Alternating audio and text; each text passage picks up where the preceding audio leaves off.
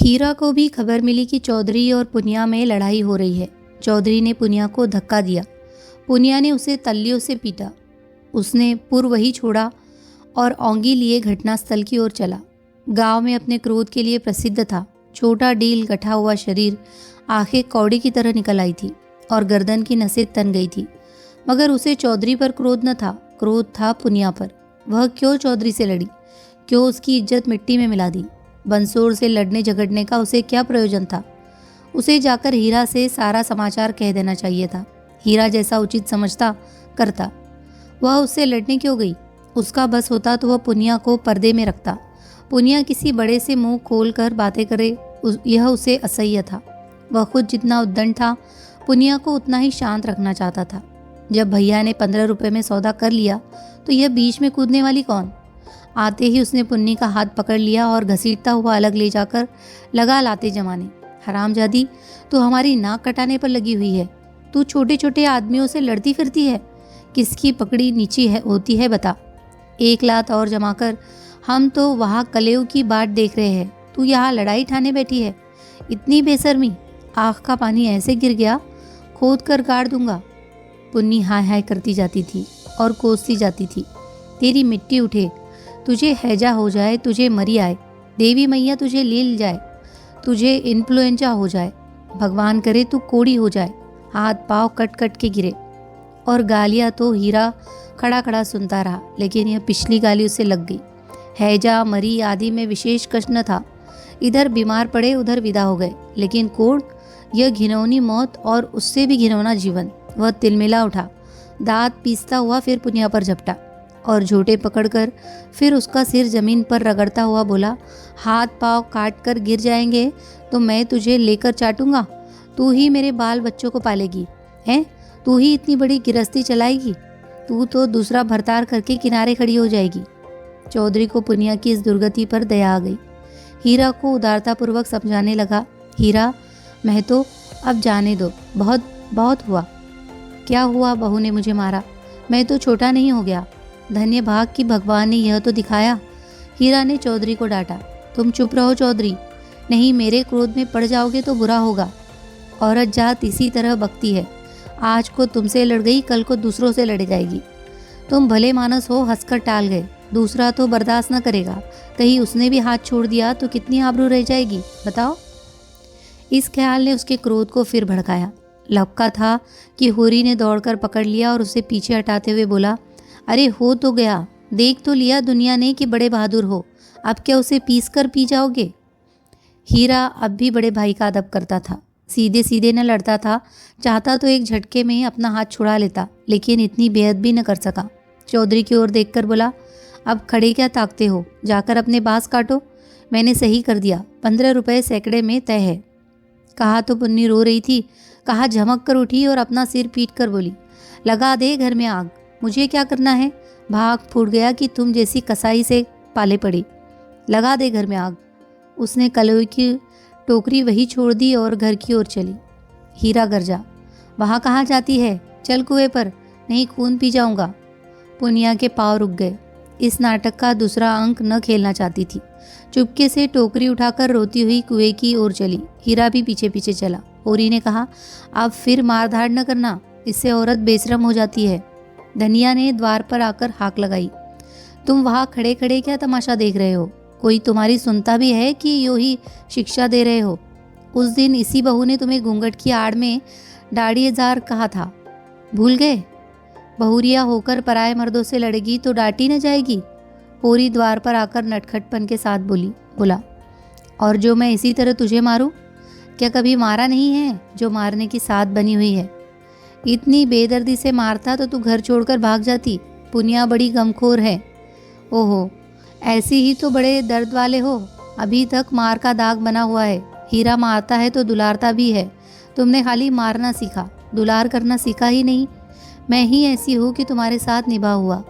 अच्छा रहने दे, बहुत अपना बखान न कर। तू ही रूट रूट कर नहर भागती थी। जब महीनों खुशामद करता था तब जाकर आती थी। जब अपनी गरज सताती थी तब मानने जाते थे लाला, मेरे दुलार से नहीं जाते थे। इसी से तो मैं सबसे तेरा बखान करता हूँ। वैवाहिक जीवन के प्रभात में लालसा अपनी गुलाबी मादकता के साथ उदय होती है और हृदय के सारे आकाश को अपने माधुर्य की सुनहरी किरणों से रंजित कर देती है। फिर मध्याह्न का प्रखर ताप आता है। क्षण क्षण पर बगुले उठते हैं और पृथ्वी कांपने लगती है। लालसा का सुनहरा आवरण हट जाता है और वास्तविकता अपने नग्न रूप में सामने खड़ी हुई। उसके बाद विश्राममय संध्या आती है, शीतल और शांत। जब हम थके हुए पथिकों की भांति दिन भर की यात्रा का वृत्तांत कहते हैं और सुनते हैं तटस्थ भाव से, मानो हम किसी ऊंचे शिखर पर जा बैठे हैं जहाँ नीचे का जनरुख हम तक नहीं पहुँचता। धनिया ने आंखों में रस भरकर कहा, चलो चलो बड़े बखान करने वाले, जरा सा कोई काम बिगड़ जाए तो गर्दन पर सवार हो जाते हो। होरी ने मीठे उलाने के साथ कहा, ले अब यही तेरी बेइंसाफी मुझे अच्छी नहीं लगती धनिया। बोला से पूछ, मैंने उनसे तेरे बारे में क्या कहा था? धनिया ने बात बदल कर कहा, देखो गोबर गाय लेकर आता है कि खाली हाथ। चौधरी ने पसीने में लथपथ आकर कहा, मैं तो चलकर बाज गिन लो, कल ठेला लाकर उठा ले जाऊंगा। होरी ने बाज गिनने की ज़रूरत न समझी। चौधरी ऐसा आदमी नहीं है, फिर एक आध बाज बेसी ही काट लेगा तो क्या, रोज़ ही तो मंगनी बाज कटते रहते हैं। सहालगों में तो मंडप बनाने के लिए लोग दर्जनों बाज काट ले जाते हैं। चौधरी ने 7.5 रुपये निकालकर उसके हाथ में रख दिए।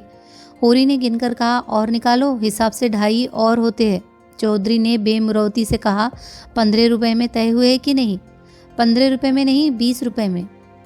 हीरा महतो ने तुम्हारे सामने 15 रुपये कहे थे, कहो तो बुला लाओ। तय तो 20 रुपये में ही हुए थे चौधरी, अब तुम्हारी जीत है, जो चाहे कहो। 2.5 रुपये निकलते हैं, तुम 2 ही दे दो। मगर चौधरी कच्ची गोलियां न खेला था, अब उसे किसका डर? होरी के मुंह में तो ताला पड़ा हुआ था, क्या कहे, माथा ठोक कर रह गया। बस इतना बोला, यह अच्छी बात नहीं है चौधरी, 2 रुपये दबाकर राजा न हो जाओगे। चौधरी तीक्ष्ण स्वर में बोला, और तुम क्या भैया के थोड़े से पैसे दबाकर राजा हो जाओगे? 2.5 रुपये पर अपना ईमान बिगाड़ रहे थे, उस पर मुझे उपदेश देते हो। अभी पर्दा खोल दूँ तो सिर नीचा हो जाए। होरी पर जैसे सैकड़ों जूते पड़ गए। चौधरी तो रुपए सामने जमीन पर रखकर चला गया, पर वह नीम के नीचे बैठा बड़ी देर तक पछताता रहा। वह कितना लोभी और स्वार्थी, इसका उसे आज पता चला। चौधरी ने 2.5 रुपये दे दिए होते तो वह खुशी से कितना फूल उठता। अपनी चालाकी को सराहता कि बैठे बिठाए 2.5 रुपये मिल गए।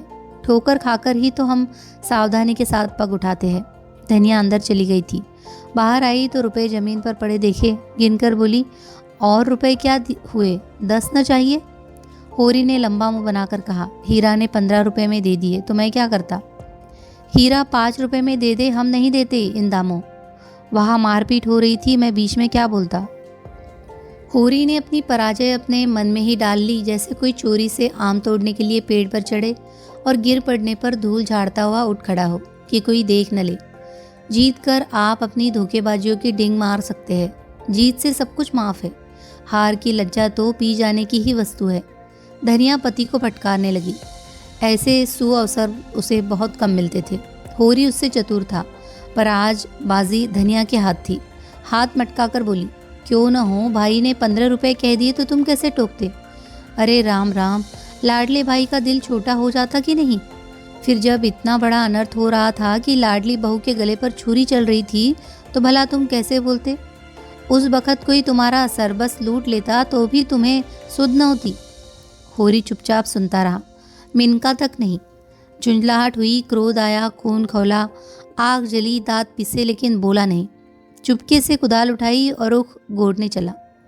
धनिया ने कुदाल छीनकर कहा, क्या अभी सवेरा है जो गोड़ने चले? सूरज देवता माथे पर आ गए, नहाने धोने जाओ, रोटी तैयार है। होरी ने घुन्ना कर कहा, मुझे भूख नहीं है। धनिया ने जले पर नोन छिड़का, हाँ काहे को भूख लगेगी, भाई ने बड़े बड़े लड्डू खिला दिए हैं ना, भगवान ऐसे सपूत भाई सबको दे। होरी बिगड़ा, क्रोध अब रस्सियाँ तुड़ा रहा था। तू आज मार खाने पर लगी हुई है। धनिया ने नकली विनय का नाटक करके कहा, क्या करूं, तुम दुलार ही इतना करते हो कि मेरा सिर फिर गया है। तू घर में रहने देगी कि नहीं? घर तुम्हारा, मालिक तुम, मैं भला कौन होती हूँ तुम्हें घर से निकालने वाली? होरी आज धनिया से किसी तरह पेश नहीं पा सकता। उसकी अक्ल जैसे कुंद हो गई है। इन व्यंग बानों के रोकने के लिए उसके पास कोई ढाल नहीं है। धीरे से कुदाल रख दी और गमछा लेकर नहाने चला गया। लौटा कोई आध घंटे में, मगर गोबर अभी तक नहीं आया था। अकेले कैसे भोजन करे? लौंडा वहां जाकर सो रहा। भोला कि वह मदमाती छोकरी है न जुनिया, उसके साथ हंसी दिल लगी कर रहा होगा। कल भी तो उसके पीछे लगा हुआ था। नहीं गाय दी तो लौट क्यों नहीं आया? क्या वहाँ ढही देगा? धनिया ने कहा। अब खड़े क्या हो, गोबर सांझ को आएगा। होरी ने और कुछ न कहा। कहीं धनिया फिर न कुछ कह बैठे।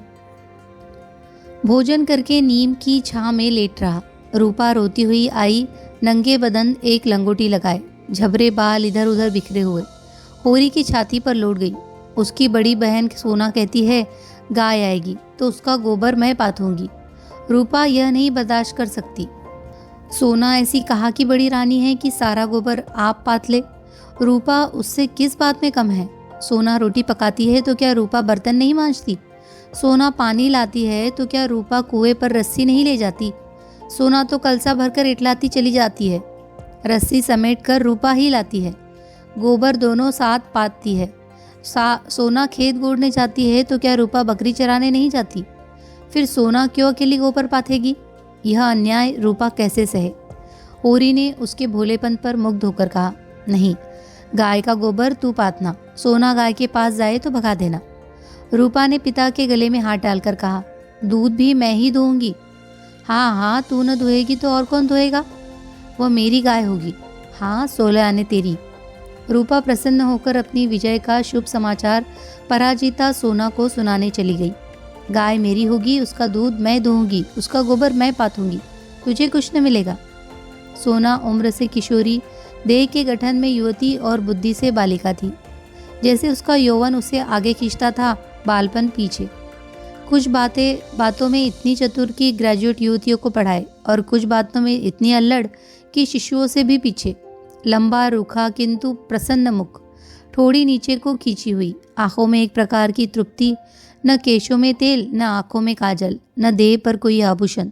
जैसे गृहस्थी के भार ने यौवन को दबाकर पौना कर दिया हो। सिर को एक झटका देकर बोली, जा तू गोबर पात। जब तू दूध धोकर रखेगी तो मैं पी जाऊंगी। मैं दूध की हांडी ताले में बंद करके रखूंगी। मैं ताला तोड़कर दूध निकाल लाऊंगी।